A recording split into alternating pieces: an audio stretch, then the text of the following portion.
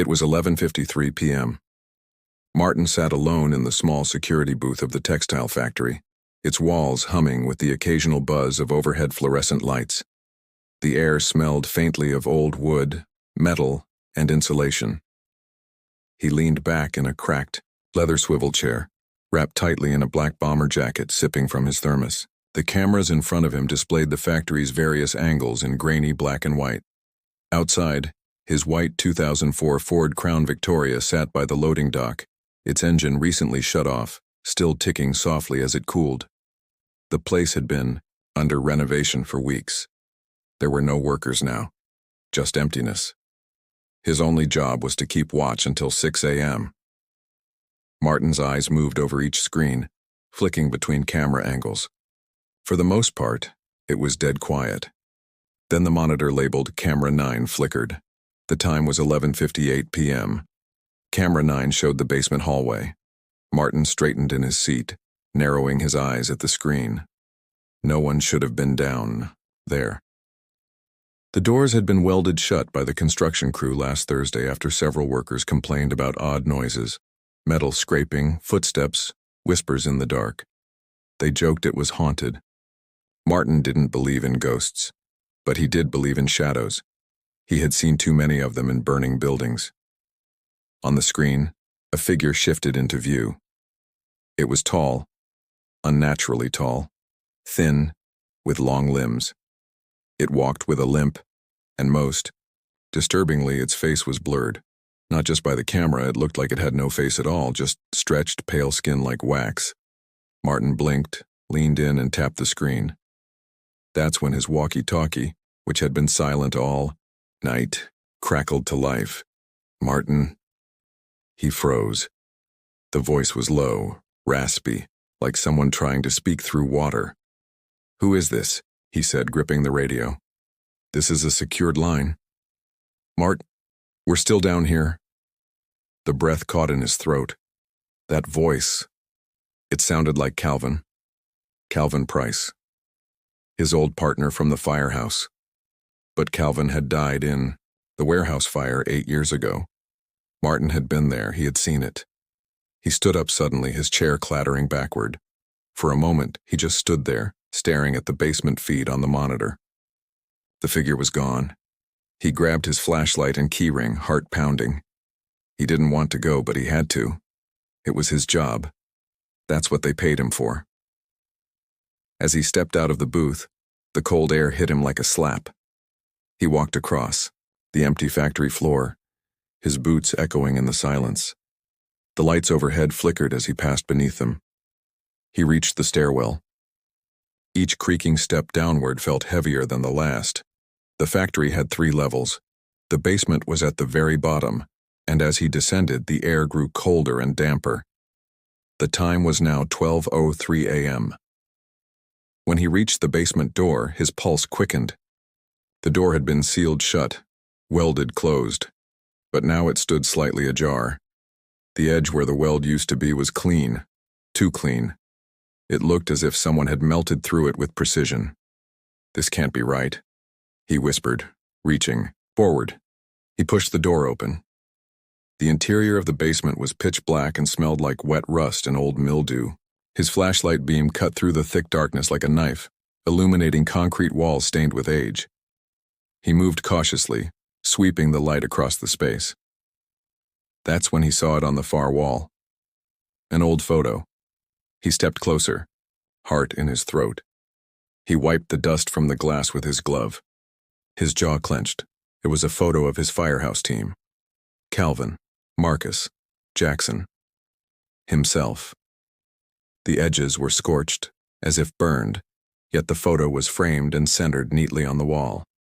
His flashlight flickered, then died. The darkness swallowed him instantly. A long, shaky inhale echoed behind him. "Martin, why did you leave us?" He spun around. Nothing was there. His walkie buzzed again. A deeper voice came through, drenched in something ancient and hungry. "You said you'd come back for us." Terror rooted Martin to the floor. His legs finally responded, and he bolted back toward the stairwell. He took the stairs 2 at a time, chest heaving, his breath loud and uneven. But when he reached the top, the door was gone. In its place was solid brick, as if it had never been there. Back in the security booth, the monitors flickered once more. The time was 12:17 a.m. Camera 9 came back to life. On the screen stood Martin in the basement hallway, staring directly into the lens. His eyes were gone. 2 black hollows dripping with something dark and thick, and behind him, barely visible in the shadows, something moved, breathing slowly, patiently. Martin Reyes was declared missing on October 14, 2022. The factory was sealed once again, indefinitely. But every night at 12:17 a.m., the basement camera powers on, and Martin is still there, staring up, waiting. The building had once belonged to a famous local clockmaker in the early 1900s. 4 stories of antique woodwork, brass fittings, and dust-laced silence.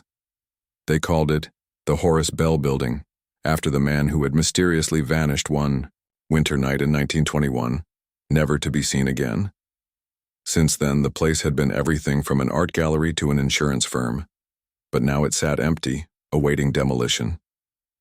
Olivia was paid to watch it until the paperwork cleared. The rain tapped against the high arched windows like impatient fingers.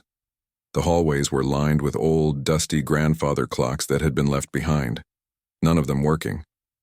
Or so she thought. At 2:04 a.m. she heard it, tick, tick, tick. It was faint but unmistakable, mechanical, rhythmic.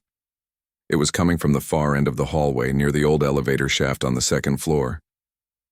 She paused in her patrol, flashlight held high. "That's new," she whispered, more to herself than anything else. She walked down the creaking floorboards, passing clock after clock. Each one stood still, hands frozen, mechanisms long dead. Yet the sound grew louder.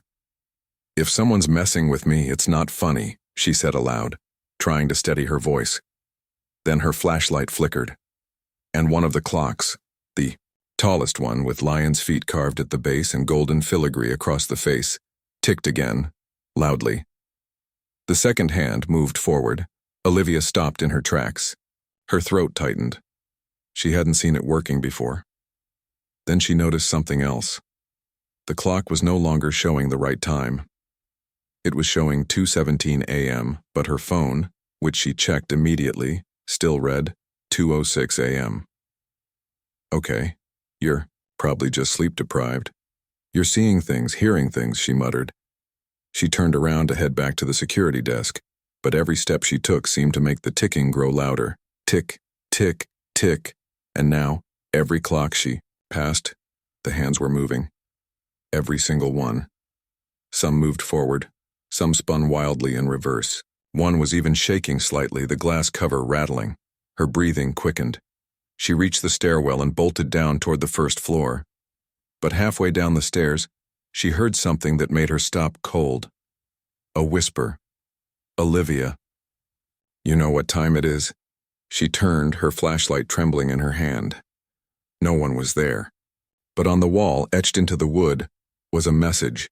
Time takes everything except secrets. She stumbled backward, nearly falling. Her back hit the stair rail.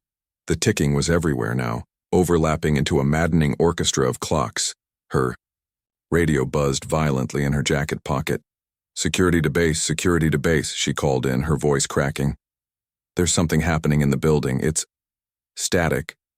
Then, a slow voice came through. Not from her manager. Not from any human she knew. We kept them ticking, so they'd never forget. Her flashlight went out. The air around her turned ice cold. In the darkness, she heard footsteps on the floor above. Not hurried, not loud, just patient. She clicked her flashlight back on. Standing just above her, halfway up the stairs, was a man in a black waistcoat, his face gaunt and eyes impossibly wide, his head tilted to the side as if trying to understand her. He had a silver pocket watch in one hand. "Are you the new keeper of time?" he asked softly. Olivia backed away. Her voice caught in her throat. The man clicked open the watch. It didn't tick. "This one's broken," he whispered, "just like the others." The lights above flickered violently and he vanished, disappearing in the briefest blink. She screamed. She made it back to the security room, locking the door, behind her gasping for breath. It was now 2:17 a.m. on her phone, but the wall clock inside the room showed 11:11. She watched as the second hand ticked backward. Then it stopped. She never made it to 2:18. Olivia Hartman was found the next morning, unconscious in the security room. When questioned, she could only say one thing: time takes everything, except secrets. The Horace Bell building was demolished 3 days later, but they say if you walk past the old lot at exactly 2:17 a.m., you'll hear ticking. Tony's Dodge Ram 1500 rumbled up to the lot, headlights slicing through the thin fog like knives.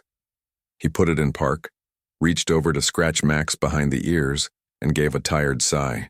"Quick sweep, bud. Then we head home." The rest stop. At exit 34 hadn't had an incident in years, but protocol said he needed to check it every 3 nights. A few shady reports in the past, missing hikers, a trucker who disappeared mid-shift, but nothing ever proven. Still, something about this place always felt off. He clicked on his flashlight and stepped into the light drizzle. Max padded quietly beside him. The convenience store windows were dark, expected. It shut down at 10 p.m. sharp.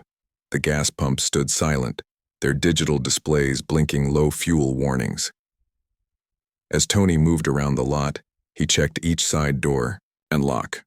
Nothing out of place. Then Max growled. Low. Deep.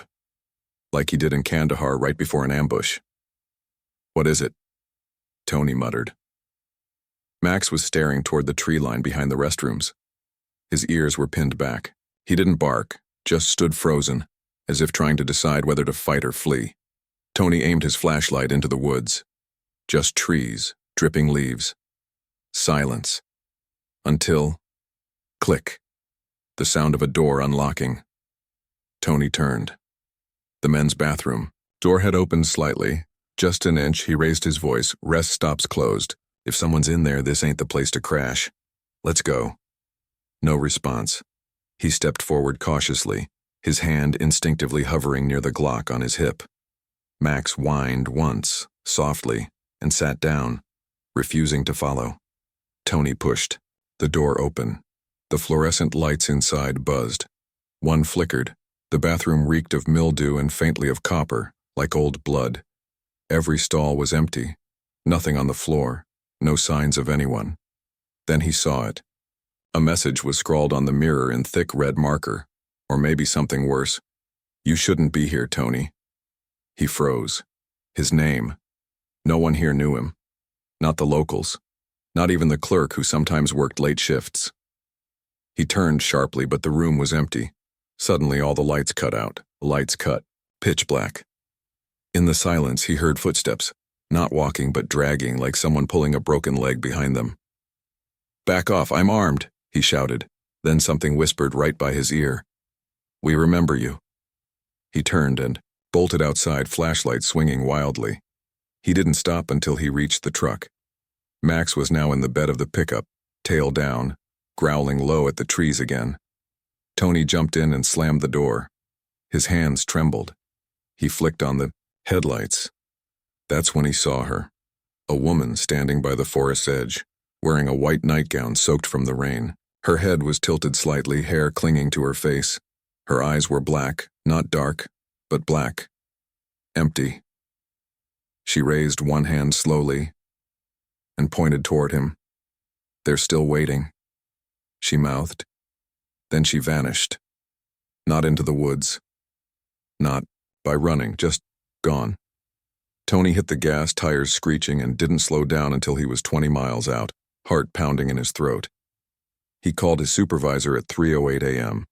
"I'm done with exit 34, he said. "Don't ask questions, send someone else." Tony Delgado resigned the next day. Exit 34 was quietly removed from the patrol schedule. They say no matter how far you drive, If you pass a rest stop in fog and see a woman in white near the trees, don't stop, because they're still waiting, and they know your name. Claire sipped her now cold coffee, legs propped up slightly on the edge of the security desk, staring at the cluster of CCTV monitors in front of her. The office tower's glass reflected the empty city streets behind her, distorted by a light. Mist. Just another slow night, she mumbled. The building was 27 stories tall, filled with finance firms, law offices, and startup spaces. It cleared out by 7 p.m. on most nights. Tonight was no different. Except, the elevator moved. Claire looked up at the monitor. Elevator 3, the farthest one from the lobby, just lit up. The digital screen showed it moving from floor 21 to floor 1. That's weird, she said, frowning. No one had requested it. She hadn't seen anyone on 21. She checked the logs. No access card had been used since 9:47 p.m. She pressed the intercom button. Elevator 3, this is security. Please confirm identity. All visitors are required to log in. No reply. She clicked over to the hallway feed from floor 21 empty. Then, the elevator doors opened on the first floor, but no one stepped out.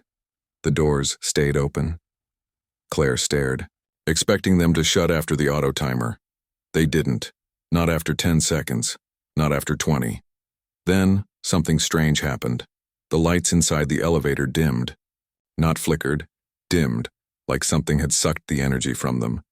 And then, just barely, the camera feed inside the elevator flickered, and for a split second, she saw something, a figure, standing in the back, tall, still, wearing what looked like a janitor's uniform.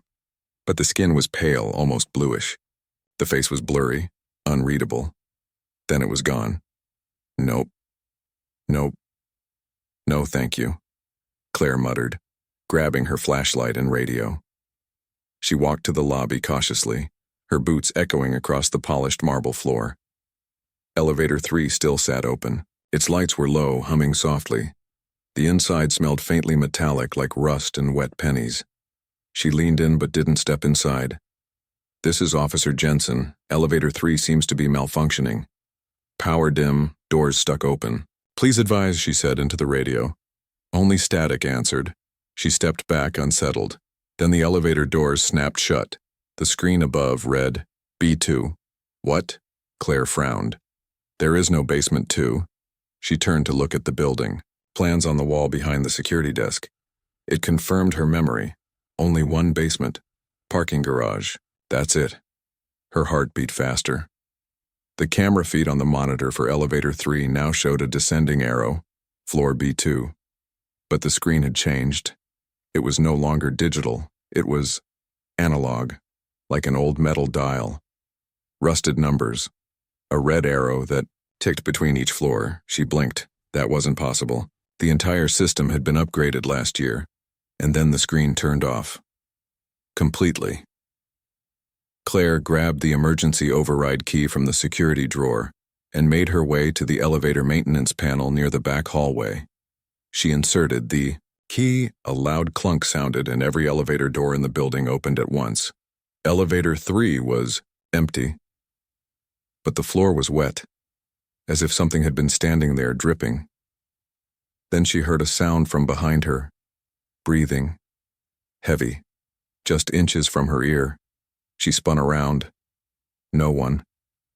But on the glass wall of the lobby, there was a smear, like a handprint, except it was on the outside, 15 stories up, no ledge, no balcony, just a handprint, long fingers, dripping moisture. She ran back to the desk and rewound the footage. At 12:34 a.m., the elevator opened again. The figure returned. This time it stepped out and walked past the camera. No face, no footsteps, just presence. Claire's voice trembled as she hit the record button. If anyone sees this, there's something in the elevator, something beneath the building. As she backed away from the monitor, the elevator behind her dinged. She turned slowly. Elevator 3 was open again. Empty. A soft, wet footprint marked the floor, leading out. Narrator's final words. Claire Jensen never returned to work after that night. Her resignation letter was found torn in half in the lobby.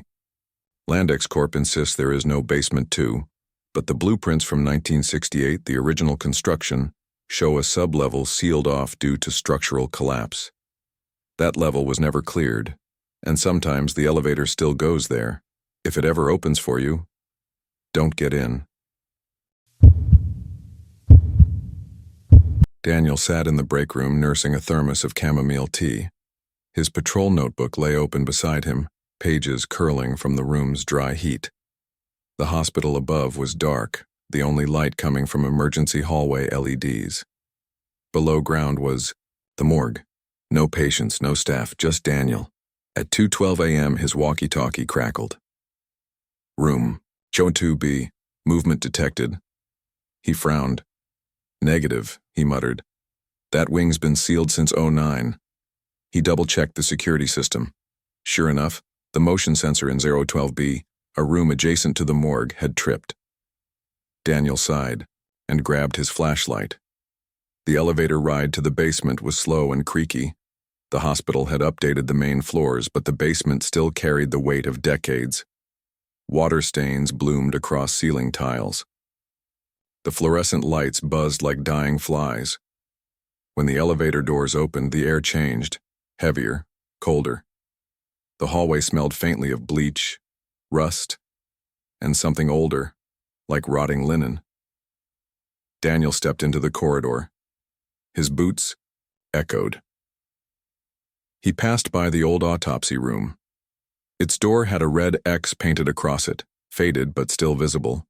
Then he saw the morgue doors, and behind them, room 02B, the hallway sensor was still blinking red. Security check, basement wing, Daniel said into his radio.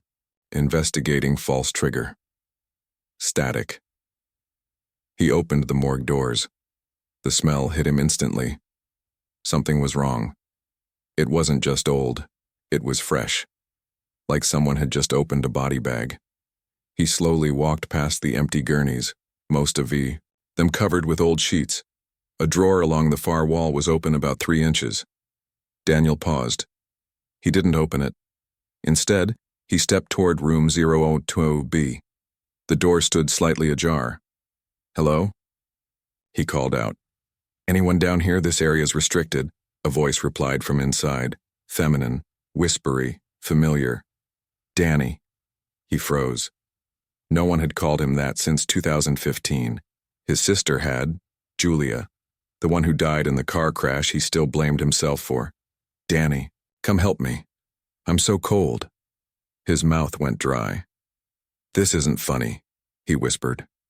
He shoved the door open. Room 012B was dark. The only light came from a flickering fixture above. It was a storage room, mostly empty shelves, metal trays, and a single chair, and someone sitting in it. Back turned to him, shoulders slumped, a woman. Pale skin, wearing a hospital gown. Ma'am? He said, voice shaking. You're not supposed to be down here. No response. He stepped closer, flashlight trembling in his hand. Ma'am, are you okay? She slowly turned. It was Julia. Her face was gaunt, her eyes black with no whites. Her lips were blue, stitched together crudely with black thread. She didn't speak, but a sound erupted from her body. A gurgling low voice that wasn't hers. You let her die, it growled. You left her. Daniel stumbled back, flashlight falling and clattering to the floor. The lights went out. In pitch darkness, her chair screeched backward as she stood. He scrambled for the door, slamming it shut behind him. From inside the room she screamed. A high, keening wail like metal tearing and lungs bursting. Then silence. Complete. Terrifying silence. Daniel never filed a report. But he sealed room 012B with a steel bar the next day. He never worked the basement shift again. He later found Julia's death report in the hospital archives. A misfiled copy placed in the 0112B folder. Her body had been transferred to this morgue by mistake the night she died. No one told him. Some souls never leave the cold table. They wait, in dark rooms, in drawers left slightly open. And if you ever hear a voice calling your name in the morgue, don't answer, because the dead don't forget.